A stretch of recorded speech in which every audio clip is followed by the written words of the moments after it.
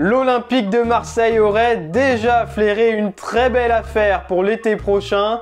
Xavi est lui tout proche d'un retour au Barça, le premier but d'Antoine Griezmann en Liga, mais aussi le choc de la 12e journée de Ligue 1 entre le PSG et Lille. On en parle tout de suite dans le journal de Made in Foot.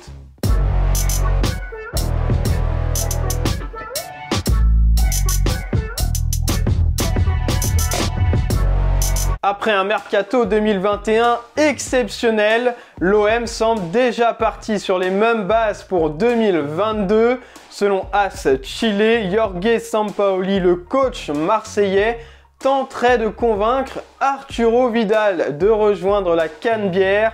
Le milieu de terrain de l'Inter Milan est en fin de contrat l'été prochain et pourrait donc venir renforcer l'entrejeu marseillais gratuitement. À 34 ans, il ne joue quasiment plus dans l'équipe de Simone Inzaghi, avec aucune titularisation en Serie A cette saison et seulement quelques petits bouts de match. Arturo Vidal pourrait donc être très intéressé par une arrivée à Marseille, surtout qu'il retrouverait son ancien sélectionneur avec le Chili de 2012 à 2016. Mais il y aurait une grande condition, le Chilien souhaite disputer la Ligue des Champions. Les coéquipiers de Dimitri Payet savent donc ce qu'il leur reste à faire cette saison pour faire venir l'homme à la crête à Marseille.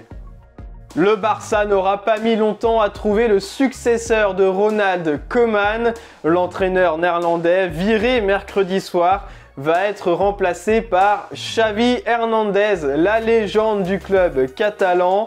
La presse espagnole en est convaincue ce matin. Pour AS, l'ancien milieu de terrain est l'élu. La seule incertitude désormais porte sur sa date d'arrivée sur le banc du FC Barcelone.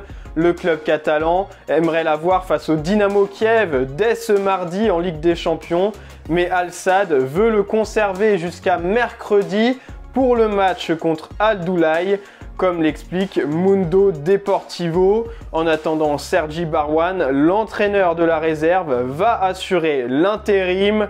Pour Sport, Xavi représente la solution en tant qu'adepte du tiki-taka et ancien élève de Pep Guardiola. Son arrivée va en tout cas redonner le sourire aux supporters blaugrana, ravis de retrouver leur ancien joueur après ce début de saison morose. Mais comme souvent, ce sont les résultats qui jugeront Xavi, l'entraîneur. Antoine Griezmann a enfin débloqué son compteur en Liga. Ce jeudi soir face à Levante, l'attaquant français a ouvert le score d'une tête dans la surface. Insuffisant cependant pour l'emporter face au 19e de Liga, qui est revenu au score à 2 reprises sur penalty. Entre-temps, Mateus Cunha avait lui aussi ouvert son compteur avec les Colchoneros. Au classement, les joueurs de Diego Simeone sont 6e à 4 points du leader, la Real Sociedad. C'est le choc de cette 12e journée de Ligue 1. Le LOSC, champion de France en titre, se déplace sur la pelouse de son dauphin, le Paris Saint-Germain, ce vendredi soir. Si le club lillois a du mal à retrouver sa forme de la saison passée, alors que le PSG caracole en tête du classement, les Parisiens devront malgré tout se méfier de leur adversaire du soir.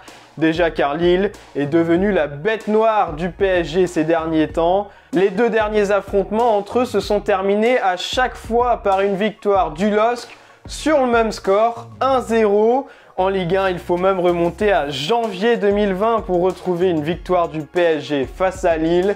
Et souvenez-vous, en avril 2019, les coéquipiers de Nicolas Pepe avaient fait exploser le Paris Saint-Germain 5-1 au stade Pierre-Mauroy.